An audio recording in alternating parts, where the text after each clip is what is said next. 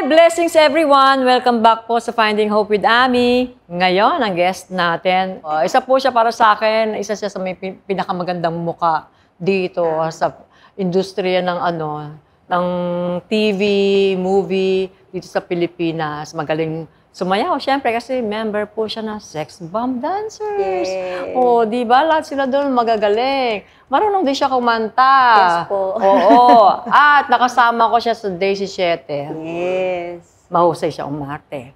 Umiyak. Welcome po natin si Miss Jopay Pagya Zamora. Hello po. Hello sa inyo, sa mga viewers natin. Hello po. Thank you po sa pag-invite sa akin dito. Ate Ami, sobrang tagal na ng panahon. 17. Oo, gano'n, no? Ngayon, 27 pa lang naman tayo. Ay, wala nga. Basta wala nga amin.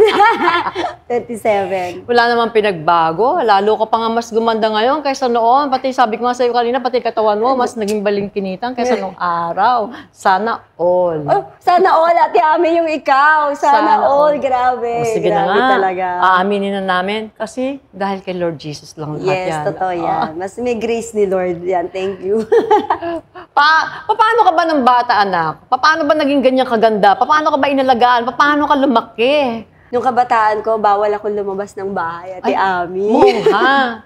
Oo, bawal Bakit talaga. daw bawal? Hindi kasi, sa taga Marikina kami dati. Sa Marikina, nung kabataan ko, uso yung yung mga masakir, may mga ganun. May mga talaga? ganun na kasi doon mga rape.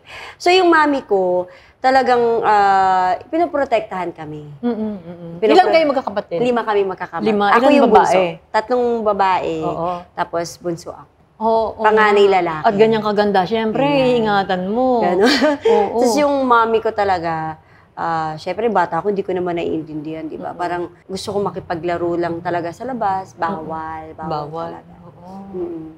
So sa school, doon ako naglalaro talaga. Nung lumaki ka na, kumusta na naging buhay mo? At ilang taong ka na napasok ka sa sex bomb? Parang 18 po yata or 19, mga ganun. Ganun na yung edad ko. Paano pumasok sa idea, sa utak mo yung sex bomb? Paano ka nakarating doon? Kasi nung first po, nung kabataan ko, siguro nasa 14 years old ako noon. Yung daddy ko, checker siya. Nagtrabaho kasi siya sa FPJ production before. Tapos, pareha sila ng mom ko, checker, so doon sila nagkakilala. Tapos, sinasama-sama ako nung daddy ko noon sa mga sinihan.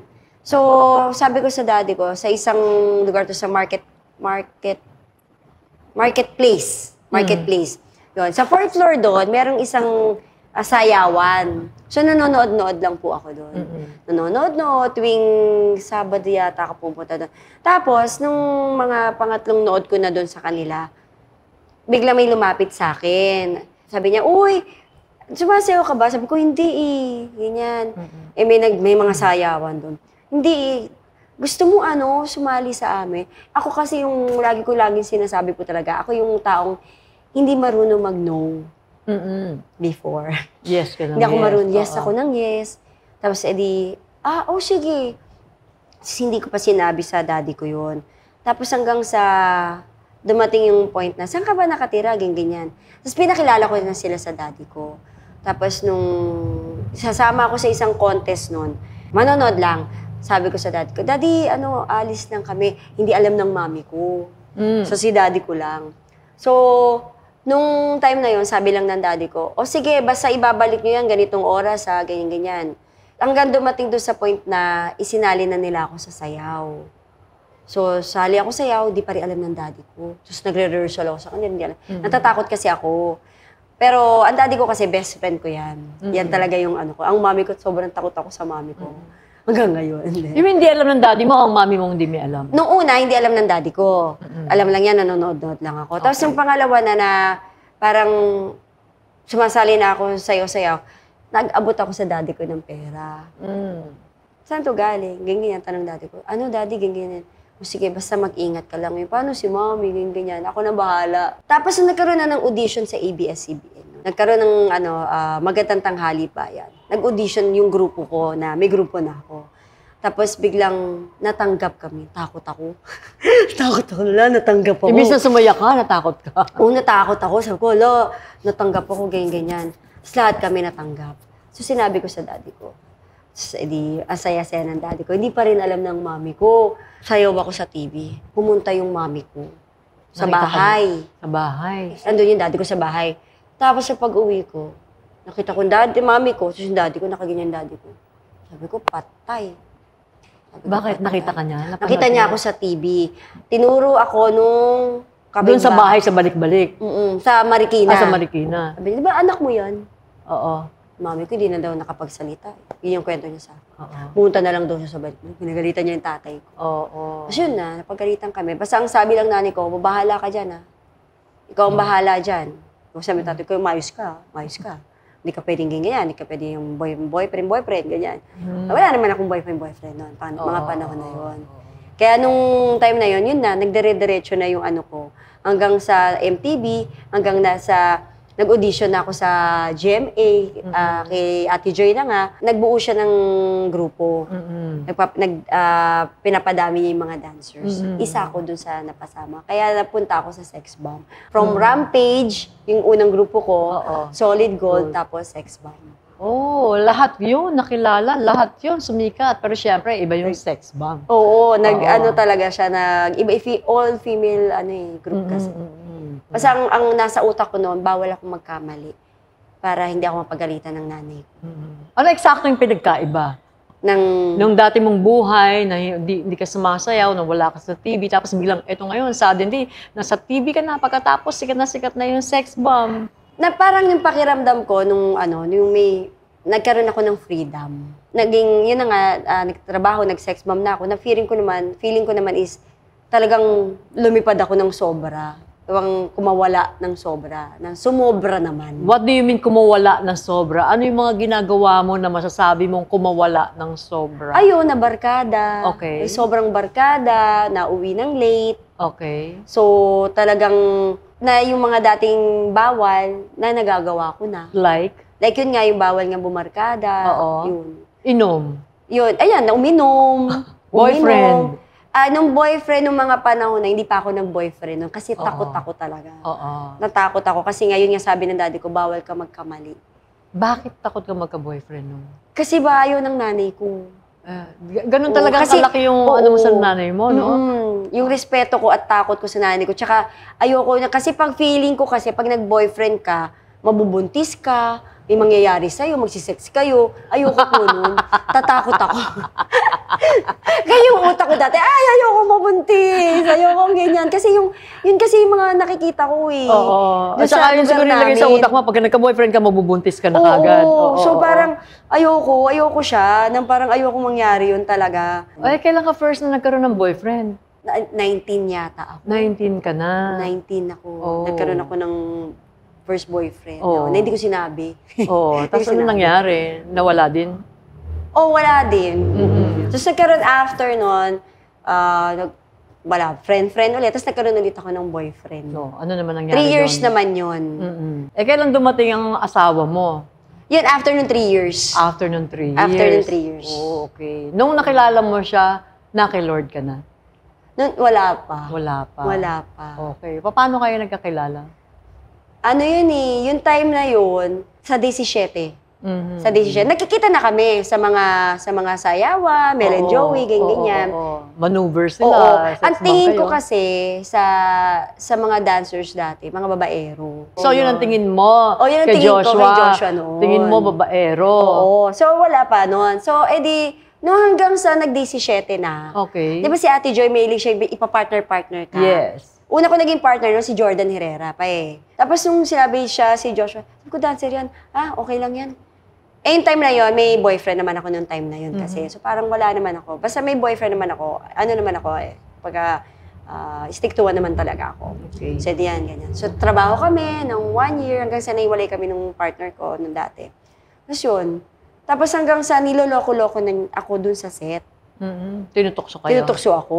Pinipair kayong dalawa ni Joshua? Kami. Ayoko talaga ng makeup pair. Tapos hanggang sa nalaman ko, Christian pala siya. So, Christian siya. Okay. Di siya babaero. Sabi ko, Mabait siya, Kristiyano mabait siya. siya. Di siya, Christian siya, ganyan. Sabi ko, pwede. Ganyan. Mm-mm. Kasi yun, doon ko siya nakilala. After 1 year pa yun almost 1 year. Okay. Bago ako na-fall na sa kanya. Oo. Hindi yung as in fall na fall. Parang Oo. tiniklig, gano'n. What made you fall? Nagdadala ng pagkain. Oh. Grabe, pagkain lang pwede na ako. Ako yung taong di marunong magsabi ng no. Mhm. Yes lang ng yes. So yun, doon na, kinikilig na ako ng mga panahon na yun. Paano yun? Sabi mo may asawa. May asawa pa siya. Hindi, nung panahon na hindi ko alam. Nung panahon na hindi mo alam. Tapos nung nalaman ko may asawa siya, hindi, ayoko, ganyan. Makulit yung mga kagrupo ko. Tinanong nila yung background din tong si Josh. Oo. Na wala, hiwalay na pala siya nung that time. Oh, okay. Paano naging kayo? Ayun na nga po. Hindi ko alam kung ligaw yun, Ami. Dinala Ano ko ng mga pagkain. Yung pagkain? Yung pagkain lang. Walang sinasabi? Wala. Pagkain lang? Pagkain lang. Hindi nagsasalita? Wala. Tapos walang ano. Tapos yung time na yun, sinama niya ako sa church. Sa promenade pa, sa Green Hills. Doon pa yung Victory Church. Sabi ko, that time, iba yung religion ko that time. So, okay, sama lang ako kasi kinikilig ako, sama lang ako. Kahit puyat ako, Ami, sasama ako. Paano yun naging kayo? Sabi mo, hindi siya nagsasalita. Paano mo siya sinagot? Kung di kanya, tinanong ka ba niya na pwede bang tayo na? Walang ganun. Understanding na lang? Nagawa ka na lang ng kamay, ganyan. Ay, yun na yun, tayo na. Tapos wala Tapos kami sumandal-sandal ka na lang ng ganyan. Okay na. Tapos kami na. Kayo na. Kami na agad. Tapos sinasama ka na sa church. Kung sasama niya ako bago pa man din maging kami, sinasama na niya ako sa church. Tapos one time, sa sobrang tagal kong kakasama sa kanya, hindi na ako natutulog, nakikinig na ako, ganyan. Tapos, ewan ko, Ami, meron kasing may sinabi kasi yung pastor na, yung about, yung surrendering. Tayo kayo, ganyan. Sino dito yung parang yung sa pakiramdam nyo, ang bigat-bigat na, hindi nyo na kaya, na puro kayo na lang, yung sarili nyo na lang, parang may problema kayo, pero sinusolve nyo ng sarili nyo, kilala nyo si Lord, pero kayo pa rin yung nagsusolve ng sarili nyo, ganyan. Sino yung gusto nyo, parang yung sa inyo, sa puso nyo, sa tingin nyo, yung gusto nyo i-surrender yung buhay nyo kay Lord, na gusto nyo si Lord na yung mag-handle ng life nyo. Kaya nung sinabi ng pastor yun, nakaganyan lang naman ako, Ami. Biglang nakaganyan yung kamay. Guminyan ako. Tingin ko nakataas yung kamay ko. Oo. Hindi ko alam bakit siya nakataas. Hindi mo pinlano yun? Hindi, Ami, hindi talaga. Nagulat ka na nakataas ang kamay mo? Sumiyak lang ako. Umiyak lang ako, ganyan. Tahimik, ganyan. Pinapaakyat pala sa stage. Okay. Tapos naiyak ako. Hindi ko alam ba. Tapos naiyak, akyat. Umakyat ako sa stage, Ami. Umiiyak ako. Tapos nandun ako, nagtatago ako, umiiyak akong ganyan. Tapos nakatingin sila sa akin lahat. Kasi yun yung panahon na sikat ang sex bomb. Tapos nakatingin sila sa akin lahat. Tapos parang na-culture shock ako. Pero yung puso ko, nung umakyat ako, Ami, ang saya. Na parang walang nagturo sa'yo, nagsabi sa'yo na, uy, gawin mo to, ganyan. Tapos bigla na lang, ando doon ako. Okay. Noong mga oras na yun, sabi mo, kasi nung sinabi ng pastor, kung may mga bigat, kung may dala-dala kayo, kung gusto mo i-surrender kay Lord, meron ka ba nun? Tapos nung umakyat ka, natanggal, kaya mo sinasabing may saya? Yes, sobra, Ami. Kasi after nun, nilapitan ako nung isa dun sa mga leader sa church. Okay. Tapos tinanong yung pangalan ko, sinabi ko yung real name ko, kasi ako proud na proud ako sabihin yung tunay kong pangalan Giovanni. Kasi lahat ng tao alam, Jopay talaga ako Giovanni. Siyempre nagulat siya, kasi kilala niya ako siguro na Jopay. Pero yung sinabi ko sa kanya, Giovanni, tapos pinag-pray niya ako, ganyan, iyak na naman ako ng iyak, ganyan. Tapos si Joshua, tahimik lang. Wala siyang, kumusta ka, ganyan. Wala siyang tinanong sa akin na kahit na, uy, congrats. Walang ganon na asing, tahimik lang siya, lumabas kami ng simbahan, ganon. Tapos after nun, parang, hindi ko may nag-message, kasi kinuha yung number Nag-message, ganyan, parang magkakaroon ka ng small group, ganyan. hindi ko alam kung ready ako that time na mag-small group ako. Pero yung puso ko, kasi ngayon Yung small group po, mga ano yun, di ba? May Bible study. May Iba, Bible tawag study. nila dun cell group. Oo. Ito parang, iba, parang one-to-one or One-to-one. parang discipleship. Yes, oo. Ayun, Yung time na ganun. yun, small group na yung tawag nila. So ako naman, yun, tapos nag-attend ako one time. Ako kasi, yung kasi naalala ko yung sinabi sa akin ni Josh, no, na mag-ano ka, kasi hindi pa ako baptized that time. Oo. Sabi niya, mag-cell group ka, mag-small group ka, ganyan, para makwento mo yung share mo. Yung time na yun, ayoko kasi masyado yung private life ko. Gusto ko ako lang, Ami talaga. Kahit may problema ako lang nagsusolve. Yung time na yun. Tapos yung time na yun, sabi ko, yung sinabi niya sa akin, hindi ko naiintindihan. Pero nung may nag-message na nga sa akin, na umatin ako. Okay. Tapos nagtuloy-tuloy na. Hanggang sa nag-usher na ako sa church. Nagpapapasok ako ng mga tao na nagugulat sila na ako yung nakatayo doon. Kumusta experience nung first kang umattend Nang nung group, nung small group? nahiya po ako. Hindi ako nagsasalita pa. Yung siya sharing. Oo. Hindi muna ako nag-share.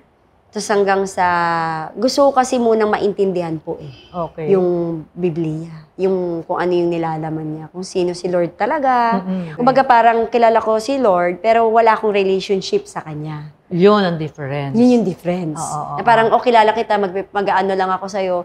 Parang, pag may kasalanan ka, hindi ka magpe-pray sa Kanya kasi natatakot ka noon. Oo. Pero pag kailangan mo siya, pe-pray ka na, ganyan. Diba? Ganun lang yung alam ko. Kumbaga naging tradition lang. So, nung, eto na nga, nandito na nga ako sa Christian, sa Victory. So, doon ko siya naintindihan. Ang nagustuhan ko, parang sayaw siya hinihimay-himay po yung steps namin. Ganon din siya. I-explain sa'yo kung ano yung umpisa. Bakit siya tinawag na Jesus natin. So, doon ko naintindihan po talaga.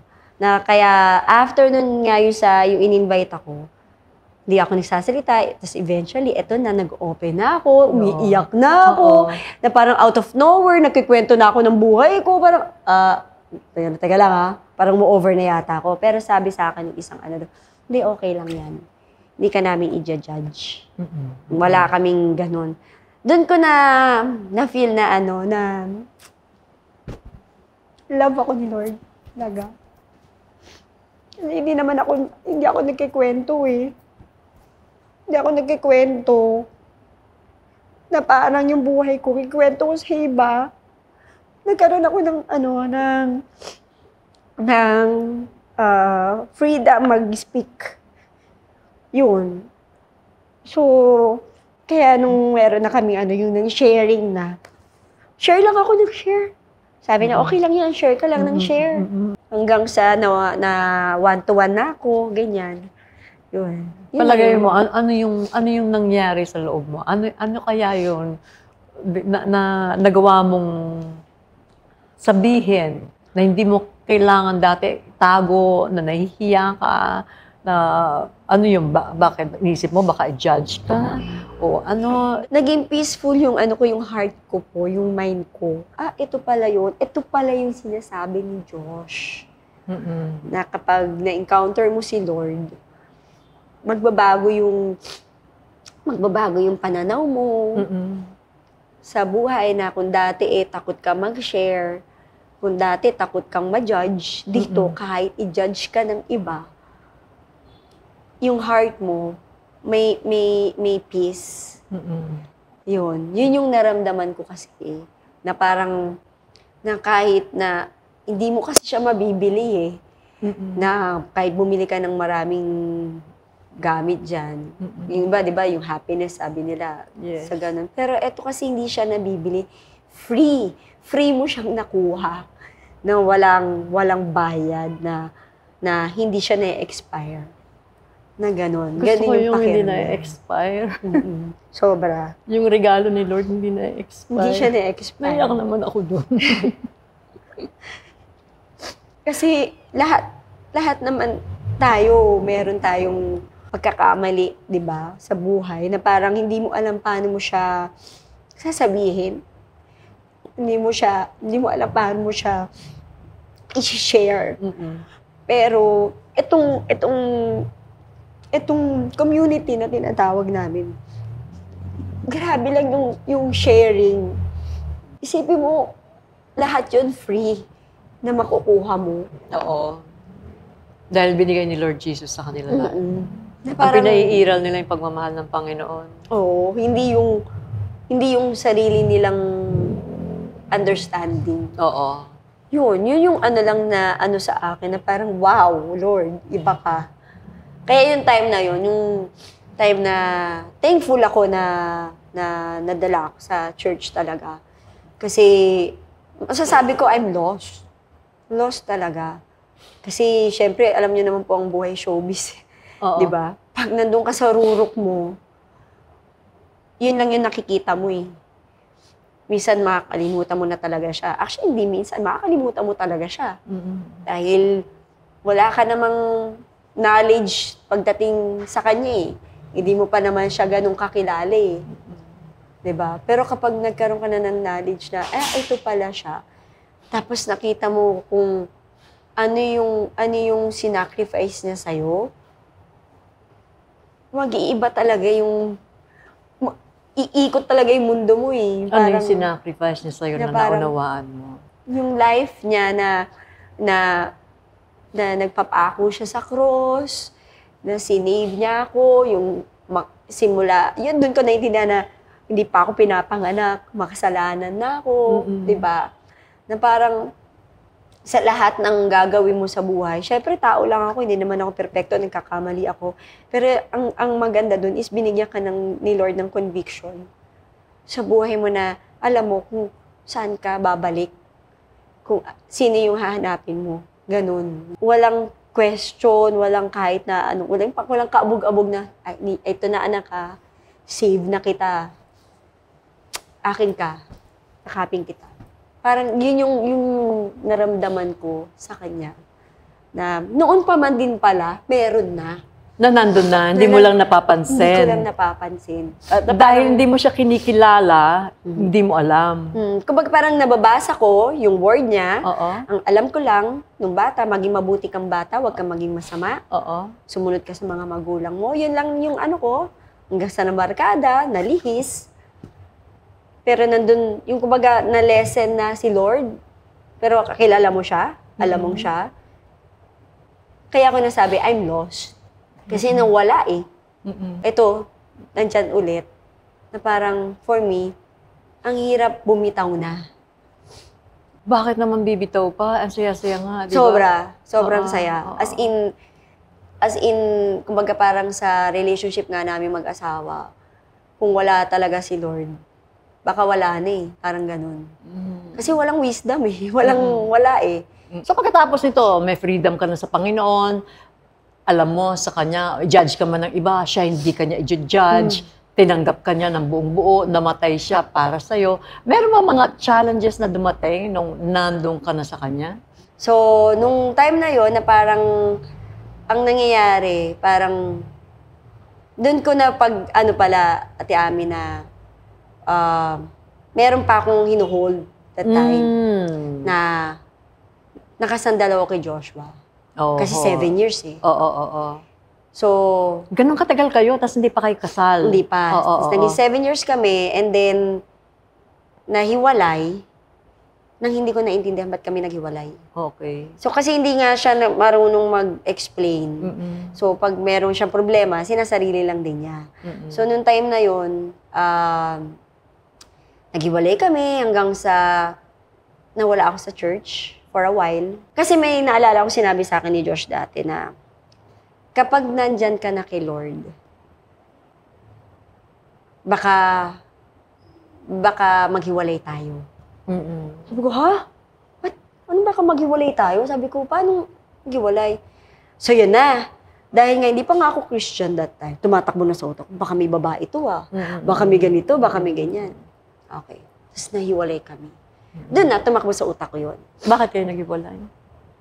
Kasi nag-propose po siya, nakakatawa. Nung time na hindi ko pa talaga alam ng dahilan. Kasi hindi rin ako nagtanong. Basta ang gusto lang niya, cool off. Eh sabi ko, kung maghiwalay tayo, kung cool off, maghiwalay na lang tayo. Huwag mo akong hawakan sa liig. So, nag-break kayo? Nag-break kami. So, yun yung parang 3 years din yun, dami. Na kayong break? Almost 3 years din yun, naghiwalay kami. So, pero magkatrabaho kami, magkaibigan kami, pero hiwalay kami. So, ika-third year nung namin, sabi ko parang, Lord, pagod na ako. Parang papagod na ako maghintay. Ayoko na. Kung hindi talaga para sa akin si Josh, tanggalin mo itong nararamdaman ko. Para hindi ako nasasaktan ng ganito. Kasi everyday na nakikita ko siya sa trabaho, everyday po ako nasasaktan. Ay, agad-agad tinanggal. Tanggal agad. Agad-agad. Walang patumpik-tumpik. Na parang, okay. Saan siya? Nakikita ko siya. Happy lang ako, okay. Hanggang sa nag-focus na ako, bumalik ako sa church. Okay. Bumalik. On your own na to. On my own na to. Na naalala ko pala is, yung interview ko dati, na iyak ako ng iyak noon, na naghiwalay kami, na naalala ko, sinabi ko na para akong ibon na naputulan ng pakpak. Na parang mali pala. Mali pala yun. Kasi sinandal ko yung buhay ko sa kanya. Na parang siya na yung gusto kong mag-control ng life ko. Kaya nung naghiwalay kami, hirap na hirap po ako. As in, hirap na hirap ako. Kaya nung ito pala yung surrender mo kay Lord lahat,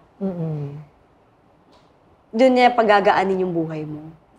Nung bumalik ako sa church noon, sinurrender ko kay Lord, bahala ka na Lord. No na ba ako noon, Tiami? Kasi yung time na yon, umalis din ako sa grupo ko. Kasi pinag-pray ko na, Lord, mag-stay pa ba ako? Kasi meron akong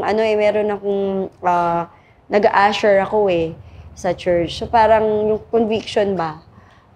Tapos nagsasayaw ako, sex bomb, ganyan. So yun. So umalis ako, pinag-pray ko, sige Lord, alis ako, ganyan. Umalis ako, so wala akong iba yung work ko, so wala na ako sa sex. Si Lord is a jealous God. Na gusto niya, ako muna. Siya yung number one. Yung pala yung sinabi ni Josh na kapag nag-focus ako sa church na meron akong kay Lord Jesus, darating na maghihiwalay tayo. Yun pala yun. Hindi siya hindi dahil gusto niya na maghiwalay kami. Si Lord yung gumawa ng way na maghiwalay kami. Kasi meron siyang gustong iayos doon sa relationship na may mali. Tapos nung nalaman ko yun, iyak ako ng iyak. Sabi ko, Lord, sorry. Sabi ko, sorry Lord, kasi na hindi ikaw ang inuna ko. Hindi ko pala. Akala ko ikaw yung una. Yung pala, meron part mo, pero merong part ni George na parang sa kanya pala ako nakasandal. Parang siya yung, di ba parang siya yung nagiging idol mo pala? Yun. Yun na. Yung na parang love mo sa siya kanya. yung gusto kong mag-control ng life ko, si Joshua pala. Hindi pala ikaw, Lord. Kaya pala tinanggal mo tong relationship na to. Parang nabubuhay ka para kay Joshua, hindi para sa Panginoon. Kaya pala nung sinabi ko na, Lord, ayoko na, pagod na ako. Agad-agad mo talaga siyang tinanggal. Doon sa 2 years na nag-wait ako, tinanggal mo talaga. Yun pala yun. Doon ko naintindihan. Kasi nung nandun na ako, yung wala na kami, tapos nag-focus ako sa church, doon na yung malalim Mas malalim na. Hanggang sa nabaptize ako, wala si Joshua doon. Hindi siya yung reason ba't ako nagpabaptize. Hindi siya yung reason kaya ka lang nagpunta sa church. Oo. Pero this time, hindi. Si Jesus. Si Lord na talaga. Si Jesus na talaga. Tapos yung kung kailan, okay na po ako, nabaptize ako, ganyan, 3 years. Bumabalik si Joshua sa akin. Nasabi ko, Pero nung time na to, kumusta yung marriage niya? Annulled na po siya nun. Annulled na siya? Oo, 17 days pa po, kami pa, annulled na siya. Annulled na siya? Oo. Bumalik siya, sige tayo na. Iyakan pa kami sa kotse. Tapos nag-pray ako nung gabi. Sabi ko, Lord, kung si Josh po talaga yung para sa akin, bigyan niyo ako ng sign. Ayoko kasi nung ito, sinagot ko siya dahil lang naaawa ba ako? Nanghihinayang po ako doon sa taon? Ayoko po nun Lord Bigyan mo ako ng clear na sagot. Kinabukasan po nun, nakipag-break po ako. Okay. Doon ko naramdaman, may peace na. Mm-mm. Na parang, kasi nga, di ba po, nag-start naman kami dun sa point na yung ligawan, wala naman talaga. Tapos yung oo, sige, tayo na. Mga 6 months lang, Kasal na. kasal na. Kasi ready na. Kasi si Lord na ang bumuo. Si Lord na yung bumuo. Since then, ilang taon na ngayon? Yung kasal, 11 years na. 11 years na. Ilan na anak ninyo? Dalawa po. Dalawang babae, na. ano? Dalawang babae na. Na parang, yun nga yung pakiramdam na ang sarap lang kasi nasa church ka. Oo. Na magaguide mo yung mga anak mo. Na mapapakilala mo si Lord kung sino talaga si Lord, si Jesus. Paano? Anong ginagawa mo sa mga anak mo para makakilala kay Lord? Gabi nagpipray kami eh. Okay. Sinasabi namin sa kanila na kung sino si Jesus, kung anong ginawa niya, na para ma-save tayo. Siyempre, hindi ko naman alam kung ano talaga yung mangyayari sa life nila paglaki. Pero maganda may tanim ka na. Nakatanim na. Klaro sa kanila salvation. Klaro sa kanila. Klaro sa kanila na namatay si Lord Jesus para sa kanila. Yun ang dapat maintindihan ng mga kabataan. At hindi kami nag-stop na sabihin na ito yung ginawa ni Lord, Oo. ni Jesus sa atin. Tuloy-tuloy pa rin yung pagkakilala nila. Alam din nila kung sino yung enemy. Alam nila yun. Mami, di ba yung enemy, yung devil, di ba? Ganyan. Yes, Amen. anak. Hallelujah. So happy ka. Happy po ako. Sobrang happy ako na kilala nila si Lord and happy ako na si Josh yung naging partner ko. Ano yung mga pinagpapasalamat mo sa Panginoon? Yung pinagpapasalamat ko sa kanya first is yung nakilala ko siya ng talagang tinanggal niya ako dun sa pinaka-weakest point ko. Dun sa buhay ko. Ni Lord Jesus. Ni Lord Jesus. Na parang, eto Lord, na parang thank you kasi sinave mo ko dito. Lost ako eh. And then, yung pangalawa, yung para maintindihan ko yung nanay ko, ba't niya ako pinagbabawalan dati? Yung understanding na, kasi talagang, parang yung nagagalit ako sa nanay ko. Tapos, pinaintindi niya sa akin na yung respect. At para sa kabutihan Para mo sa pala kabutihan yung ko pala lahat yun. ng gusto ng nanay mo. Yun. Tapos yun nga yung partner ko na binigay niya ako sa mas mahal si Lord bago ako. Oo. Binigyan niya ako ng partner binigyan niya ako ng 2 mababait na anak. At syempre, binigyan din niya ako ng 2 boys na yung anak nga ni Joshua na mabait din. Na love din ako at yung mga anak ko. Yun yung pinagpapasalamat ko kay Lord na hindi niya pinagkait sa akin. Na talagang binigay niya yun ng buong buo. Yun nga, libre ulit. 'Di ba? Yung mga kaibigan ko sa church, outside church. Yan. Yung buhay na ibinigay niya sa akin ngayon. Yun yung isa sa mga pinagpapasalamat ko sa kanya. Amen. Hallelujah.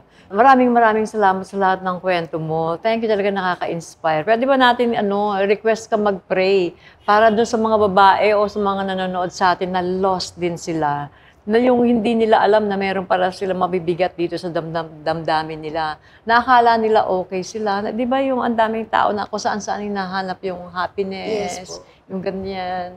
Tapos, para makaranas din ng peace na sinasabi mo, yung freedom na sinasabi mo, yung joy na meron ka. Pwede pag-pray mo sila. Yes po. Yes, okay. Sa mga katulad ko, like sa mga mommy, single mom. Yes, please advise na rin. Bigyan mo sila kung ano yung sa mga daddy, sa lahat. Actually, sa lahat. Sa mga wala pang asawa, na nakakaranas ng mga feeling nyo, parang ang empty-empty ng heart ninyo, na feeling nyo lost kayo, just like ako, before yun din yung naramdaman ko, na hindi naman pa too late, na kahit anong age, nasa anong edad kayo, hindi pa too late na lumapit kay Lord, talaga na huwag bumitaw sa Kanya. Amen. So, sa lahat ng mga parents and sa mga single dyan, gusto ko ipag-pray kayo na bigyan kayo ni Lord na sabay-sabay natin sabihin na, Lord, thank you, Lord, dahil nandiyan ka kahit na hindi ako perpekto. Nandiyan ka, Lord, kahit na hindi ako nag-o-obey minsan sa'yo, Lord God. Yung obedience, Lord God, di wala pa doon, Lord God. Pero Lord, Thank you, Lord, na hindi mo kami pinababayaan, Lord God. Lord, I pray, Lord, dun sa mga single mom, Lord, sa mga parents, Lord God, sa mga kabataan, Lord, we pray, Lord God, na yung emptiness, Lord, ng heart nila, Lord God, na alam namin, Lord, na hindi namin makikita dun sa mga bagay-bagay na nabibili lang namin. Dahil, Lord, ito nga, Lord, nga, na ibinigay mo na ng libre sa amin, Lord God. Na ikaw yung pangahawakan namin, Lord God, dun sa mga bagay na hindi namin kaya, Lord God, na isinusurrender namin lahat sa iyo, Lord God. Kung ano man, Lord, yung mga problema, Lord, na pinagdadaanan namin ngayon, Lord God. Lord, kung ano man, Lord, problema namin, Lord, sa marriage namin, Lord God, Lord, itinataas namin sa iyo yan, Lord God, na gusto namin na, Lord, ikaw yung mag-control ng marriage namin, Lord God. Yes. Na ikaw, Lord, yung magsabi sa amin, Lord God, na wag namin ikaw kalimutan, Panginoon, na ikaw yung unahin namin, Lord God, at ikaw na bahala, Lord, dun sa marriage namin, Lord. And dun sa mga single, Lord, single mom, Lord God, na nawawalan ng hope, na kinakaya nila yung sarili nila, Lord, please, panghawakan niyo, Lord. Hawakan mo sila, Lord God. Huwag mo silang bibitawan, Panginoon. Lord, iparamdam mo sa kanila na buo sila, Lord. Even though na wala silang partner, Lord God. Iparamdam mo sa kanila, Lord God, na hindi sila nag-iisa, Panginoon. And Lord, sa mga single naman po, na iparamdam mo sa kanila, Lord God, na nandiyan ka, Panginoon, na punong-puno, siksik, liglig, umaapaw, Lord God, yung pagmamahal mo sa kanila, Lord God. So, sa pagkakataon na hindi na nila kaya, Panginoon, kaya nilang isurrender sa iyo lahat, Lord God, na Lord, eto na, ibinibigay namin sa iyo lahat ng problema namin, lahat ng kasiyahan namin, Lord God. Malungkot man kami o masaya, Lord, ikaw na bahala, Lord God, na mag-control nito, Lord. I surrender, we surrender lahat sa iyo, Lord. Yes. Itinataas namin dito, Panginoon, sa pangalan ni Jesus. Amen. Amen. Amen. Hallelujah. Praise God. So anyway, naku, maraming salamat po. Narinig niyo yung prayer para sa inyo ni Jopay. Naku, lahat ng mga tumanggap, lahat ng nakipag-pray, lahat ng may mga sitwasyon na gano'n, alam namin.